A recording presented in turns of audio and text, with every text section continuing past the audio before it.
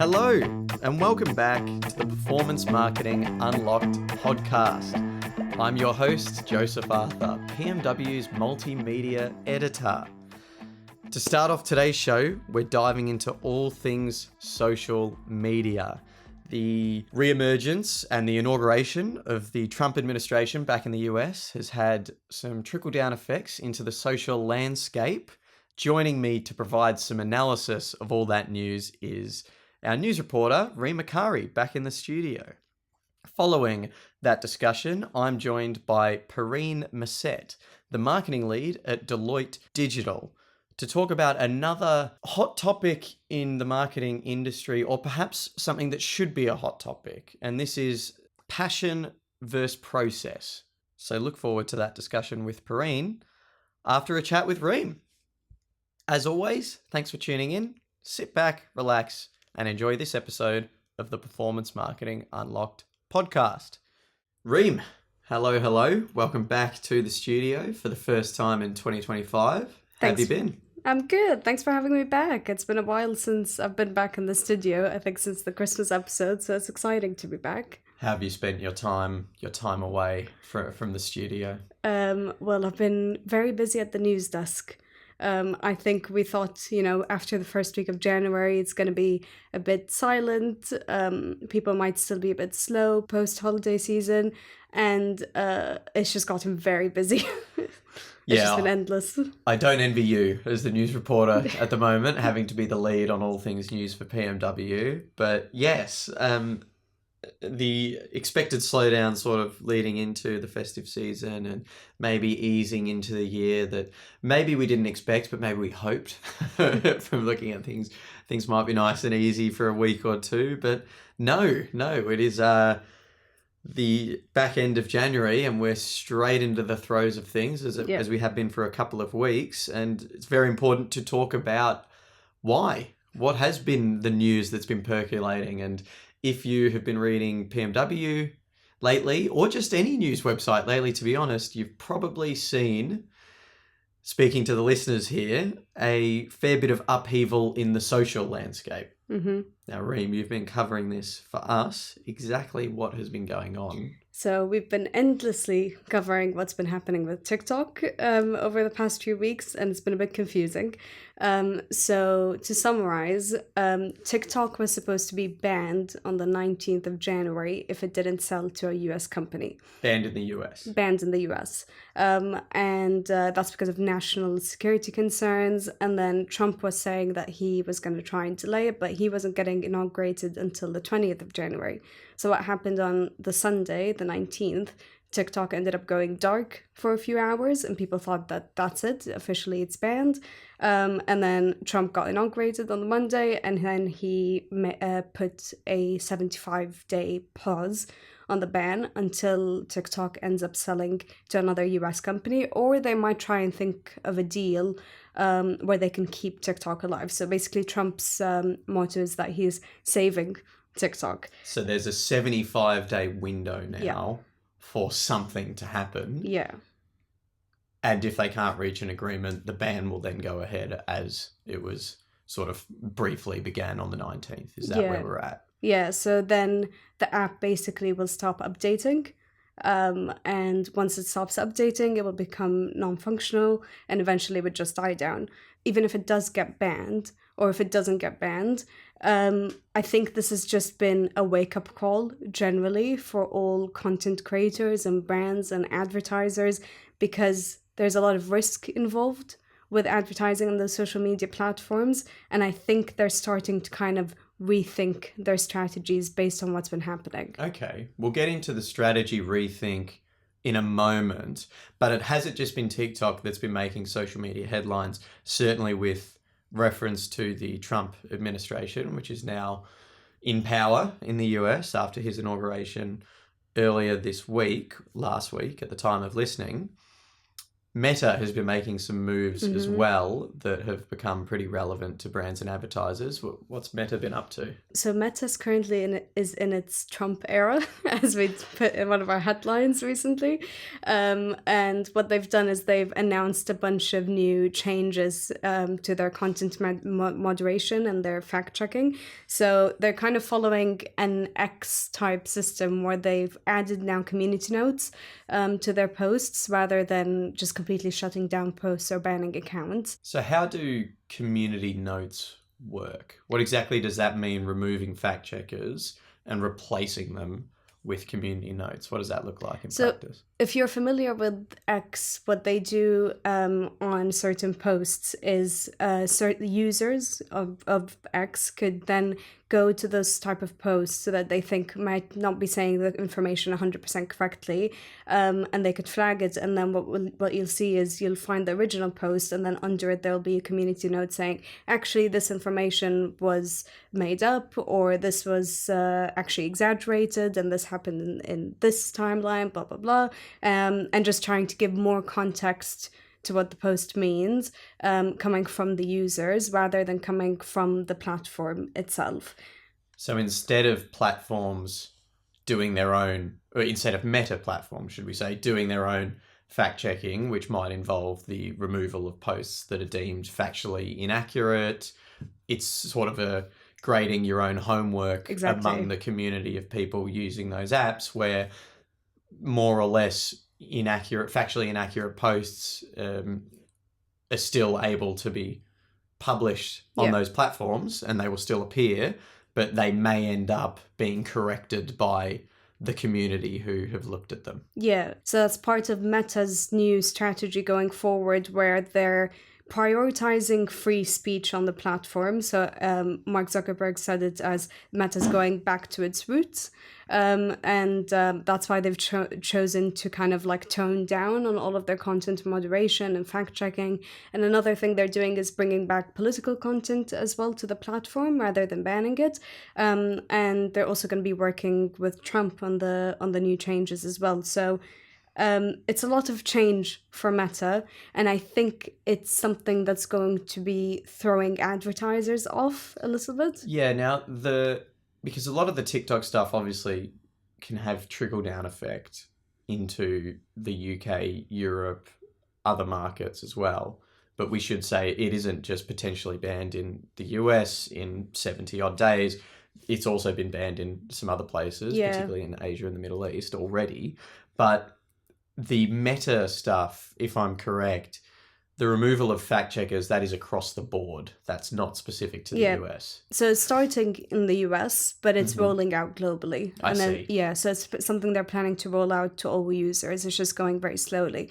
I don't know if you've seen the news lately since Trump's inauguration. There's been a bit of reports from people saying that certain words and hashtags are being banned, or they're being made to follow certain accounts. So, although Meta's saying that it's just a system glitch and that's not part of their strategy, but I think people are a bit more cautious now. There was an interesting moment there where I believe the account on Meta platforms for the US president, it's sort of all one account. And when one president changes, the account stays the same, but it goes from Joe Biden's account to Donald Trump. So effectively, some folks who were following Joe Biden's Meta accounts were then perhaps inadvertently following Donald Trump when that inauguration, that change has happened, and that threw a few people. But yes, certainly we were trialing this ourselves among the PMW editorial team, searching some hashtags that were supposedly not delivering results. And interestingly, some of us amongst ourselves didn't have anything that was coming up as blocked or otherwise, but then some hashtags didn't display results. So it was an interesting little experiment. But yeah, if we get into the implications of all this news now, we've had a few. It's obviously moving very fluidly, but you can sort of digest it as it comes. And who knows where this will be in 3 days' time by the time this episode is published. But regardless of what happens in the future or where this is headed. I think we've got enough in the rearview mirror now to get an idea of the sort of trend social media is taking in the era of Trump 2.0 and the potential subsequent implications more broadly. What do brands, advertisers, marketers need to be aware of? So there's two things. There's how is this going to implicate brands and advertisers, and how is this going to implicate content creators as well? Because I think it affects them in different ways. With brands and advertisers, it's an issue around content moderation and being careful about where they're investing their budget into. So, for example, with X, when they started reducing content moderation on the platform, when Musk took over and started encouraging more free speech and introduced community notes as well, X's ad revenue heavily declined. And that's because there was a lot of concern from advertisers around brand safety. And that might be an indication to what might happen with Meta moving forward. I think advertisers might also start being a bit skeptical around posting on Instagram and Facebook, and that might make them think twice. And it's the same with TikTok. If TikTok's going to be banned, and it might be banned in other countries in the future, they might also be careful about investing into things like TikTok. So they might want to start looking at multiple channels rather than just focusing on social media. We had one person send in a quote and they said to look at CTV, for example, and start putting their budget towards that because that's a growing channel rather than kind of depending on these sort of platforms. Yeah, it's interesting because on the brand and advertiser side of things, obviously the sort of looking at X as a case study, there was this immediate pullback because of that brand safety, brand suitability argument of if we're appearing here, what's our audience and consumers going to think if we're paying for advertising on this platform? I think it's a bit different with Meta's platforms, particularly Instagram, because Instagram in many ways has been a bit of that golden child of it seems to encompass quite a big demographic. It's got a lot of use cases. It's got this sort of Reels element that almost puts it as a competitor with TikTok, a little bit of a search tool as well. But then it also has some of the more intimate features of the personal messaging and the DMs are quite famously, they're sort of leading on that front. There's still the image sharing element of the app. It's got the stories as well that you can do as a user. And a lot of people, consumers and young consumers really love it in the way that they love TikTok and the way that they love Snapchat.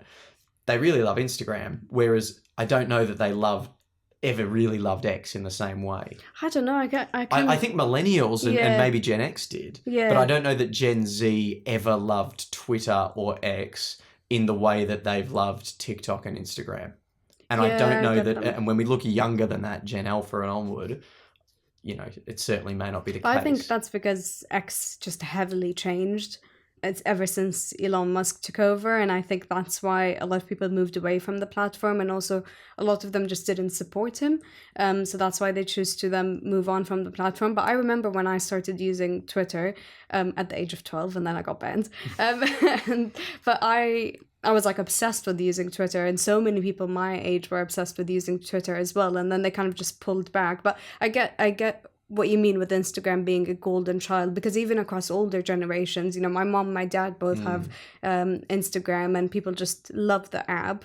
And I will say, with the community nodes, Meta also did say that it's not going to affect paid ads on the platform, so there won't be community nodes on paid ads. Now, this doesn't mean that posts coming from branded accounts won't have community notes on them, but anything that's paid won't have community notes on them. So maybe that will give them a bit more security with still advertising on the platform. Yeah, it's interesting. And to your broader point of social, we've seen in the Media Spend Index, which we published at the end of last year, one of the biggest growth channels in comparison to things like CTV, retail media, is social. Brands love investing there because it has delivered in the past. It looks like it will continue to deliver. And in the MSI, a lot of agencies, brands, people we spoke to, they plan on investing more into social media. And so it brings to mind number one, can they afford to invest elsewhere if they're not going to be on social because it is somewhere that has delivered? And consumers are going to be there in some way or another, you know, and we saw that with when TikTok went dark for 12 hours, Red Note, which is sort of a TikTok alternative that's completely in Mandarin and Chinese, got a big spike in users. Yeah. So users' demand for social media of some sort, maybe that won't go away. So it's something for advertisers to consider. But then if we are going to see a big reshuffle of ad spend, where's it going to go? You mentioned CTV, but is that what we might see? I mean, potentially, but I think one thing that we've been seeing consistently from covering reports is the important thing for advertisers to do is to just diversify their channels.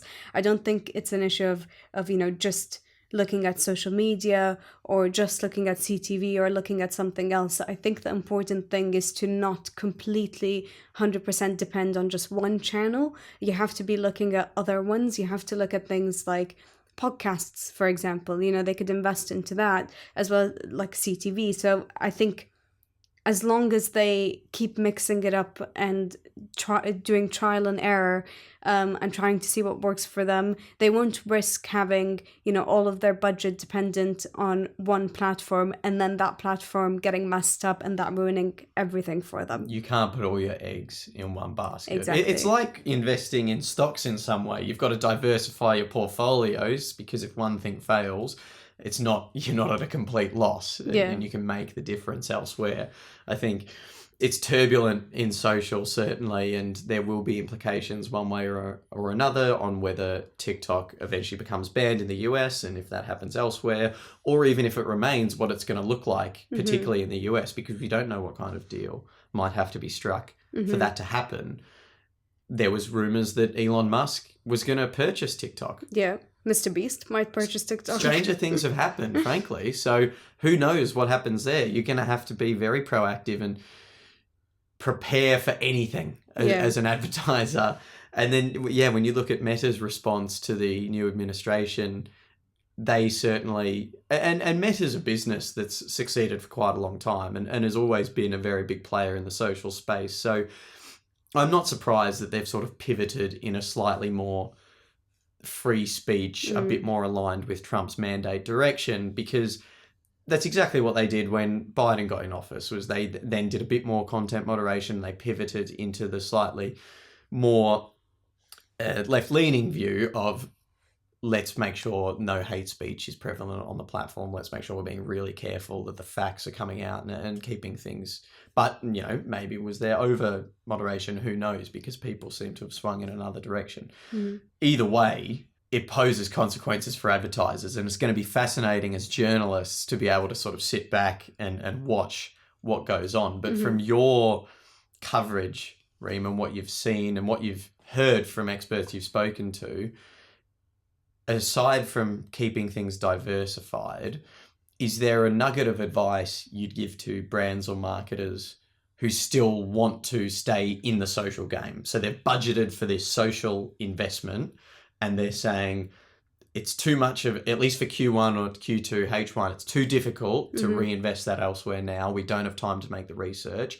How can we make our social strategy a little bit safer, if at all? I would say invest in your creators, invest in your brand ambassadors, don't invest in the platform. Because with what Meta's doing now, with everything that's happening with TikTok, they've just launched a new program. They're doing an incentive scheme where they're going to be giving content creators up to $5,000. This is Meta, yes. This is Meta, right? Yes. With Meta. They'll give them up to $5,000 if they basically commit to posting original content on Meta's platforms, which is basically saying, without really saying it, don't post on other social media platforms. We want you to prioritize ours.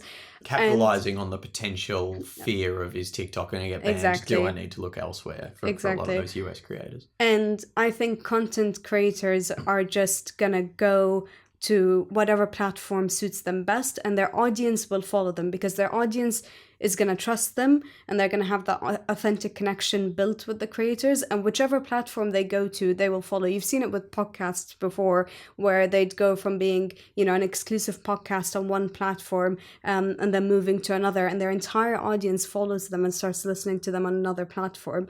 And I think that's where brands and advertisers could be a bit more smart, is if they invest more time into their creators, building that authentic connection with them, working with them creatively and collaboratively. It doesn't matter which platform they end up going to. If TikTok gets banned and they move to Meta, if Meta ends up getting boycotted, they move to another platform, the audience will follow. They'll still, get the attention, get the engagement, as long as they're investing into that, rather than just the social media platform as a whole. Sage advice from our news reporter, Reem Makari. I'm sure folks listening at home can tell she's been very much across this and has done a lot of thinking into what might happen. We'll see what unfolds, but certainly there are some practices for you listeners to put in place to try and safeguard yourselves against whatever might be next.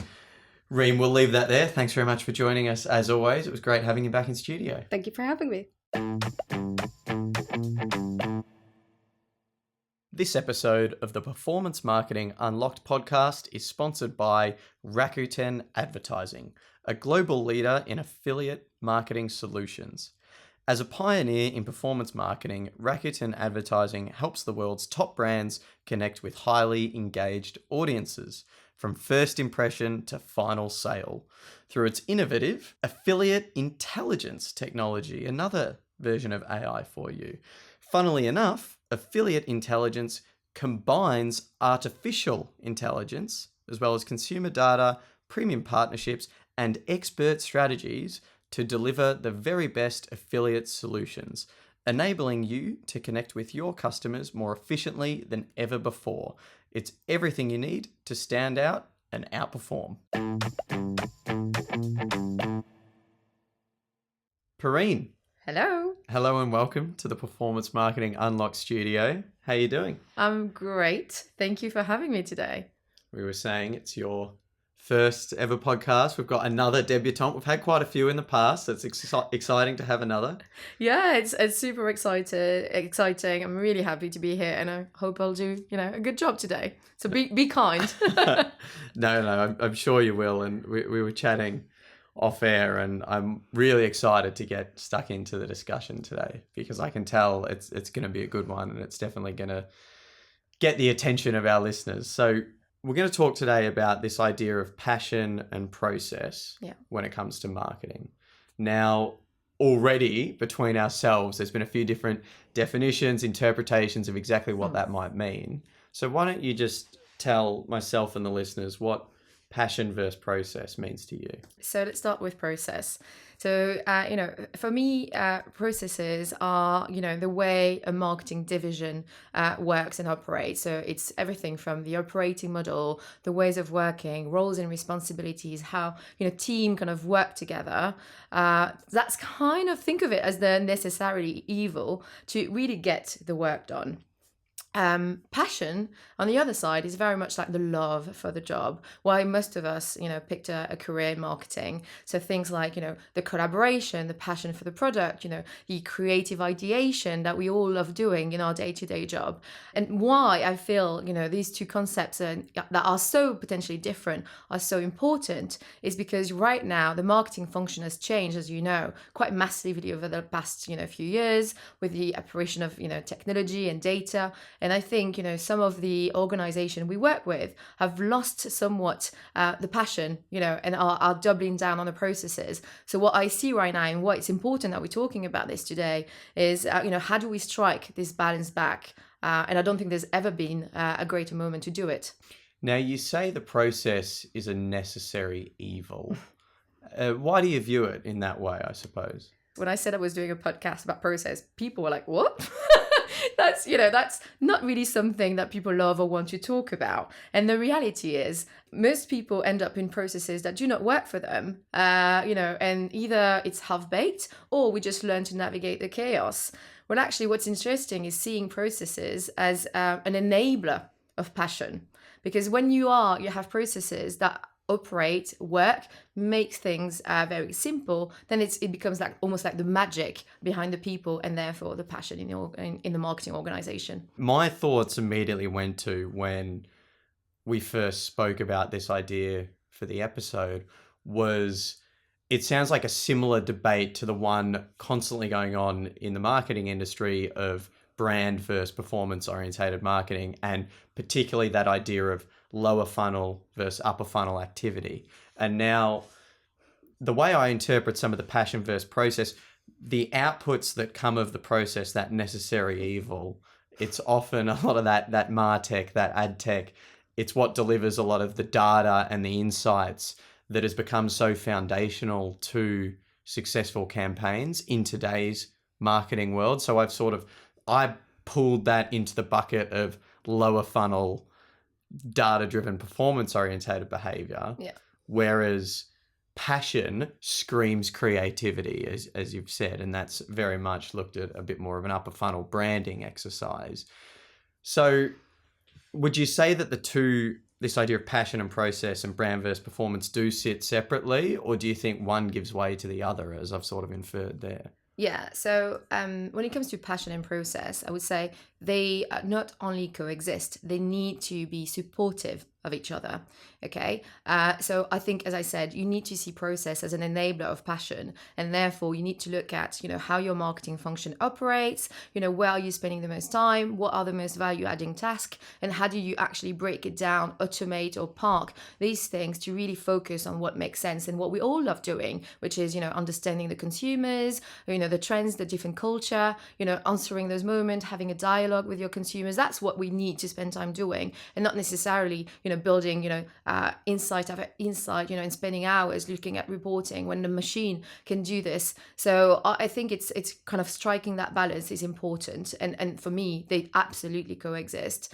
When it comes to the point around brand performance, I know we've talked about this, and if I think of brand performance, indeed, it's very much like funnel oriented. So it's about how to make sure that creativity, technology, and data are, joining forces to create peak performance. Absolutely fabulous. What I'm talking about is slightly different, or slightly with a different lens. When it comes to marketing, there's a lot of things that you see, the campaigns, for example, but a lot of things that you do not see, like the strategic choices that you make, the consumer research, making, sense of Gen AI and how you apply it in your marketing function, leveraging technologies new and old and trying to make the most of it. When I talk about passion plus process, is actually how do you make sure that your marketing function as a whole is performing and doing the things that are going to add value to your business and ultimately your consumers.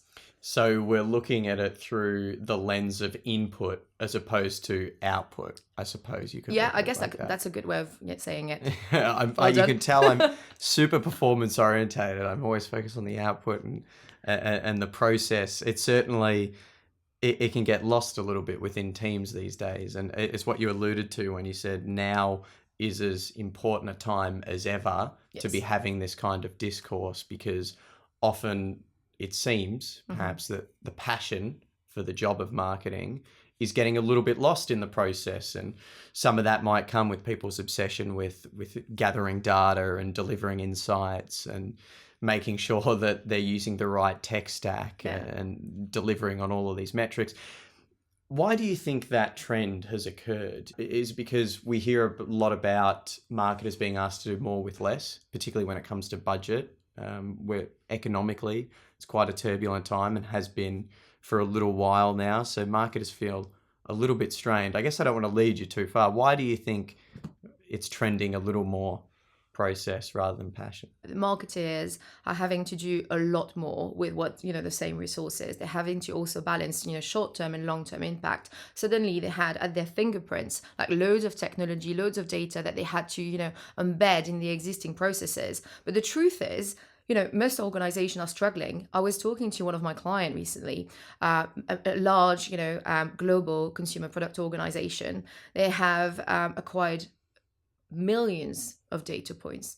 Do you know how much they're using today? 13% of that data is being used in their A big activation. problem. That is a big problem. So basically, you are actionable data. leaving money on the table because you're not adopting the technology that you have and you're not maximizing the data. And the main reasons for this, and this is, I guess, the point of the discussion today, is because the processes that are in place are half-baked, not fit for purpose, and because no one really wants to talk about this. But I would urge any marketing organization at the moment to very much take a deep look at their marketing processes, break it down, understand where are the challenges, where they're wasting time, to actually start putting a plan of action to fix it once and for all, and to always keep, a pulse on how things are working, because, you having teams that are having multiple rounds of validation, trying to make the most of what they have, juggling multiple and sometimes conflicting priorities, that has to stop so they can focus on making your brand great in the market, differentiated, and really talking, as I said, with consumers, because that's actually what makes a brand absolutely unique and differentiated, not, the amount of data that you collect. I agree that data collection has become a bit of an obsession. Yeah. Particularly as the debate around first party and third party and cookies has heated up a lot in the digital ecosystem, but actionable insights and sort of gleaning use from the data you've collected is a whole different story. And I suppose it requires a good internal structure to make sure that you're maximizing the outcomes from the data that you collect, and you're not wasting time or resources collecting data unnecessarily. Say you've got a client that comes to you then, Perrine, and it becomes clear that they're overemphasizing their processes and they're neglecting perhaps the passion for a lot of their projects.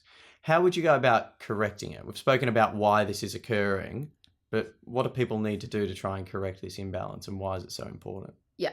So, well, actually, interestingly, I would say a lot of our clients at the moment are looking into this, which is a great news because they're all feeling very optimistic, but very self-aware of the challenges that they are facing as an organization. So I would say the first thing I would do is it's definitely looking at the processes and breaking down what are the areas that you need to focus on. Like a very obvious place is content. Content supply chain, organization have been overly obsessed on producing content or collecting data, as you rightly said. And actually now they're like, well, am I actually doing or producing the right type of content? So it's looking end to end, activity by activity. Where are you spending time? Is that value adding? And what needs to stop, and what needs to change? So looking at this, and then very quickly when you start fixing it, once, one bit at the time, not changing everything all at once, you are starting to liberate time for your marketers in your team. And then that's the hooray moment, because you have a team that suddenly has a bit more capacity and a bit more time. And then this is when you make a conscious decision of adding more creativity in their lives, because that will make them more motivated and actually ultimately, do a great job for your organization. So I would say, start with the processes, fix it, bit by bit, and then really make a conscious decision of adding, creative thinking, inspiration session, cross-functional working in your day-to-day, activities, so you can bring that passion back again in your business. So what I'm hearing is there's no doubt that every marketer thinks they're short of two things at the moment: budget and time, perhaps more so than anything else. Mm-hmm. And this idea of opening up time to embrace the passion for their why and why they want to be a marketeer, and their belief in their campaigns, their brand, their projects. It's all well and good, but is this an argument then to automate some of the process? Am I hearing that AI might be the answer in some respects here? How can they make sure that the process is so streamlined if the beginning of this discussion is sort of they've got to dig through the weeds of what they're doing to identify what does and doesn't work? You're going to end up getting lost. They're diving into their processes. They're trying to figure out what does and doesn't work. But if they've got too much data, poor metrics for success, it can become quite overwhelming quite quickly. And it can end up being a bit more of a time inefficiency than anything else. Yeah. So is this an argument for automation, I'm hearing? Well, as I said earlier, I think there's never been a better time for organization to look at fundamentally how their marketing organization operates. And indeed, Gen AI, plays a critical role in this. I mean, I started my career, in the data world. So I spent hours trying to digest multitude of reports, trying to get the insights from my clients so they can actually make the action. It took hours of my day. Today, I click on a button and all the insights are ready for me. I could have spent that time focusing on the plan to fix it and operate the change with my client, which would have been more value adding, right? So I think right now we don't need to see Gen AI as evil, right? And I know there's a lot of debates around this, but I see it as my personal co-pilot where I can actually get to do more interesting things because Gen AI is taking the burden away from me on things that are, like potentially writing email, extracting the essence of a report, etc., producing variations of content. I'd rather spend my time, having the right ideas, implementing the change, going after the new net new opportunities for my clients. So again, we make like a commercial impact and actually we bring creativity at the forefront of that commercial impact. So I imagine you can speak to this personally then, because you said you started your career in data. So maybe it's this lived experience, this sort of frustration of, has there been a point in your career, Perrine, where you felt I've lost the passion here for what I'm doing and I'm overemphasizing the process? Well, so I think probably, yes, when I went in this role where, I spent hours, kind of looking at data, trying to find the insights, and the frustration was not necessarily doing it, even though it was taking a lot of time. The frustration was, well, the lack of capacity and time that my clients potentially had to actually implement the recommendation and the change, because they're like, oh my God, we understand why this is happening. Now let's move on to something else. And that lack of time. So as I said, my frustration was not necessarily doing the exercise of finding the insight, but the incapacity of actually acting on it. And this is what most organizations still struggle with today, is actually acting on every single bit of insight because it takes so much time to get to the insight in the first place. So I think Gen AI can actually speed this up so we can focus on what matters. So AI, friend not foe when it comes to simplifying the marketing process. Yeah. We've seen generative AI in particular being used for some of the I guess it would be in this sense a replacement for the passionate pool of thought, in that generative AI used creatively. Mm-hmm. And we've seen some campaigns that have gone to the public even, that are completely Gen AI created, and there isn't that sort of human touch when it comes to the ideation of what the campaign is. So is Gen AI still a friend if we're looking at it on the creativity front? Is that something Gen AI can replace, creativity in and of itself? Well, it's interesting, and actually, I don't think Gen AI can fully replace creativity, because I see creativity as not just creativity in like a pretty picture or a great campaign. I see creativity in also like the way we find solutions for clients. At least in Deloitte Digital, this is what we do. When we are thinking creatively, we mean like bringing a lot of different people together. That will come up with a solution that I don't believe the machine can actually think of. I see it as an enabler, not a replacer of us. And a great example of this is I was very lucky last year to be one of the jury member of the creative business transformation category at Cannes Lions. Mm-hmm. And so business transformation, what do you think? Business performance, as the first criteria? Absolutely. So we looked into this, we looked at how big the transformation was, but the one thing that made a case, stand apart was the creative element to it. So, the passion, that people brought into following their values, bringing people on their journey, their partners, their consumers, etc. The way they went about, creatively pushing the message that they had behind that transformation was actually what made, the case win, over business performance. So I see it because that touched people's heart.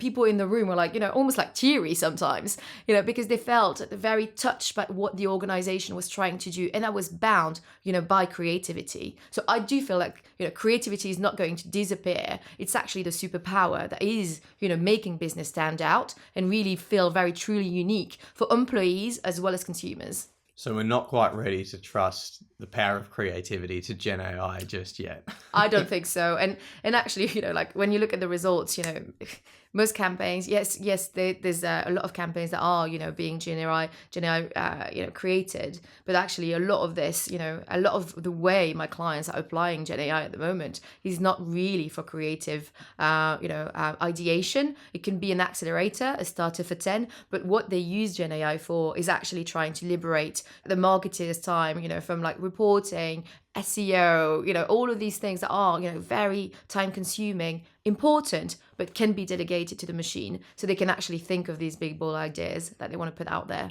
It's interesting because I was having this conversation with somebody else a couple of weeks ago, and it's about being the master of AI and not letting AI be the master of you. Because of course, Yes. Everyone wants to use it to help speed up their processes and make their day-to-day life easier, but nobody wants to use it so much so that they make themselves redundant. So it's the right case to make is you never want to be so good at using AI that it can ostensibly replace you because you're using it to create the campaigns that you were otherwise coming up with. But if it can speed along some of the less exciting, should we say, day-to-day jobs, then by all means. So it's making sure that, you're in control of AI and how much it is contributing to you, your campaigns and your organization without letting it ever quite take over. Because there are a lot of things we're seeing these days, as we've both alluded to. There are campaigns that have got as much Gen AI fingerprints over them on the creative side as there is a human one. We're seeing more and more of it. So we'll have to see what happens with that trend. It will be interesting. Yeah, but can you imagine a world where, Gen AI would like lead every kind of brand interactions that we would have? It would feel, very efficient, certainly, but very transactional, like the emotion that, that connection, that banter that you can have with a brand, when they are very personalized, that wouldn't simply not happen. So I think that would be a very sad world. Just an AI talking to itself. Yeah, we'd be like, are you satisfied with your experience? Yeah. Would you ever say that? So I think that would be a very sad world. It certainly would be a sad world for marketers.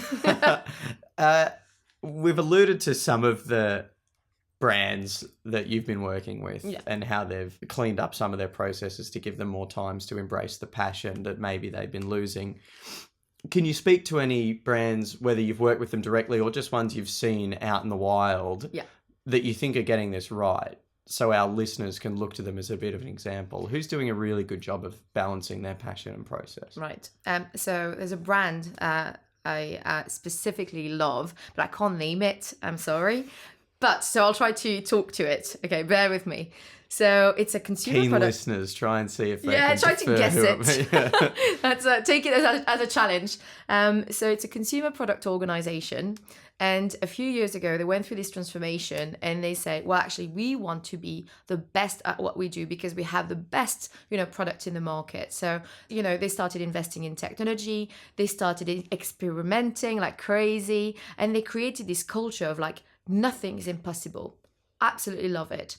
And the way it translates in their day-to-day is, I think that was last year, a couple of years ago, they used technology to identify and continuously scan consumer moments. What are the consumers talking about? What is their point of interest? And then one day they were like, there was this superstar, kind of talking about their product, but not really. They were like, that's an opportunity. Let's tap into this.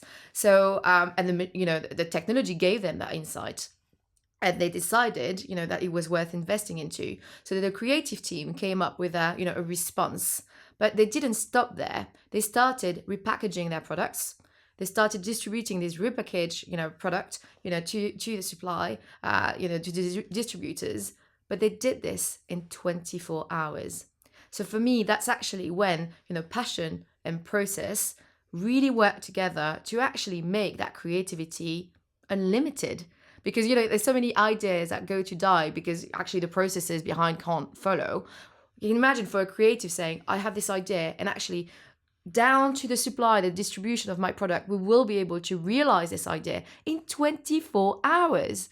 If we ever work with a CPG company, that is a dream for them. They are not able to do this. So I think for me, this is an amazing example of really striking that balance between the two. You obviously have the benefit of more time if you've got your process right. and you can be a little bit more proactive in how you react to things you see, whether that be online or elsewhere. Because certainly on the brand side thing, in the world of the age of social media that we currently live in, there is always a great opportunity for brands to engage with the ever neglected consumers that they so need to be engaging with. Social media has become a great space to do that, but it's all about being authentic, being timely, and there's all these different parameters that you have to hit creatively with what you're going to produce when you want to have these interactions with, be it consumers or influencers that you see sort of engaging with your brand or product online. But if you don't have the time to do it, if you're too pent up with the process, then turns into a missed opportunity. And I think that's why it's hard for some people to step away from the process into the passionate side of things, because when you do jump on an opportunity like that example you've given us and there's a great outcome, you've got such a good example to look back on. But say that they just missed that, they don't really know what opportunity could have come of it. So it's hard sometimes when you are caught up in the process a little bit too much, you're unaware of the opportunities you're otherwise missing. I totally agree. And, like to give you another example, we had a similar thing, and then here I can name it. So we worked with IKEA, and I don't know if you remember when the Balenciaga bag that looked very much like the IKEA bag, Oh yes, I did came see about. this online. Absolutely. So that was, we built a campaign out of this moment, but that was, a bit of luck, frankly, because we had human, scanning the internet, looking at what, what people were talking about. And then suddenly that ha moment happened, created a massive buzz for the brand, great success. But now with technology, you don't have to miss that moment. If you actually have the processes in place, you don't have to think about this. The machine will say, well, actually, there's a moment there. It has been triaged. It actually matches your audience. We should tap into this. So you can actually focus on acting on this very quickly. And I think, that it's almost like removing the luck and bringing you the right things to do. Yeah, so having that sort of ongoing trend analysis, I suppose, or these processes in place that are constantly operating under the radar, so that if anything does bubble to the surface, it can immediately bring it to your attention, so that you're not reliant on being lucky, as you've said there. So that's a really good example. And I think it's a good way to tie these things together as we round out this bit of the discussion, is that passion and process, when both are done properly, they complement one another. Totally. And it's much like when, the lower funnel, upper funnel, full funnel, it can all work together, and inputs can work together, outcomes can work together. Basically, what I'm trying to get at, Perrine, is good marketing is when you strike a balance between everything you need, you optimize efficiency, but you don't neglect your sort of sole purpose as a marketeer, which is you've got to sell. You've got to be creative in doing it because you want your consumers to engage with your product, brand, whatever it is. Yeah, absolutely. I would say, process plus passion is like maybe the magic formula to bring the swagger back, to marketing, because I think sometimes we tend to lose it. We'll leave it there, Perrine, because we're almost running out of time, but I can't let you go before we dive into PMW's famous Resell Me a Pen challenge. Right. As I pull up my 60-second timer and you refer very briefly to your notes. To remind the listeners and yourself of how this works, you have 60 seconds to resell me an outdated product or service. For this new season of the show, I'll give you a warning when there's 30 seconds remaining for your pitch and when there's 10 seconds remaining for your pitch as well. Do you want to reveal to myself and the listeners what it is you're going to be reselling today? Absolutely. So I have selected the paper map. The paper map. Okay, terrific. And talk us through, for the listeners, exactly what the paper map is. Well, we've all been there, right? Are we talking the all ordnance map? Are we talking the mailways, the directional things? The directional Are we talking map. A pirate map? No, the directional map when you're trying to find your location. And I don't know, I have these memories with my parents, fighting in the car over that. Now, this is the road that we should take. And, it definitely brought a lot of memorable moments. So I just wanted to use this opportunity. Terrific. Okay, well, for the sake of posterity, so listeners don't get this confused with Guy Mayer's all ordnance map, which was used for, he was saying, walks and hikes. We'll go with the mailways for driving, essentially. I don't know. Is that what they call it in the UK and Europe? The mailways? Does that make sense? That term? It does make sense, but no, we don't. I mean, in France, we just call it the map. Okay. In Australia, the old book that had all of the streets and you'd have to refer to it before you drive anywhere, before you could get it all in on your phone on Waze, we called it the mailways. So that's what I mean for listeners and anyone else confused when I talk about it. Paper map works too. 60 seconds on the clock, Perrine, to resell it to us, starting now. Right. So we've all been there. You're trying to find your way to your destination and there's no network or your battery is about to die. So close to the goal. My friends, you can now escape the tyranny of GPS. Introducing the original navigation system, the paper map. The paper map can't be hacked, never needs an update, and it's guaranteed to improve your problem-solving skills. Most of the time, it will lead to a very good story, or at least a memorable moment. Plus, think of it. No more robotic voices, just you, your map, and the open road. Once you arrive at destination, the adventure continues when you are trying to refold it. So, time to get, quite literally, lost again in the adventure of the paper map. Amazing. That's a terrific pitch, Perrine, for a number of reasons. Namely, you've gone 50 seconds, so you've got 10 seconds to spare, which is always bonus points. And you're one of the first people who's ever prepared a little bit of a script for themselves. And that almost sounded rehearsed, which I quite enjoyed because it just shows the thought and the preparation that's gone into the challenge. I love that guests are beginning to really take things seriously. Yeah, I did. Totally. And I commend you for that. The paper map, otherwise known where I'm from as the mailways, is something that I didn't get growing up so much. You know, I vaguely knew when we were driving somewhere my parents would be using it, but when I was old enough to drive, it was always the navigation system, and I'm always looking for an alternative because I can't stand the sat nav screaming at me where to go, where to turn. It never gives me enough time. Half the time I lose connection and then it's not updating, and I've managed to get myself lost with the sat nav all the time. The idea of the map, there's no one else to blame but you as well, which yes, I like. Exactly. It's enforced accountability. But the other terrific element of the pitch is just, it's embracing a little bit more fun. You know, disconnect, plan the trip out. As you said, it's a challenge refolding it once you reach your destination. But on the way there, free yourself from the tyranny of the sat nav.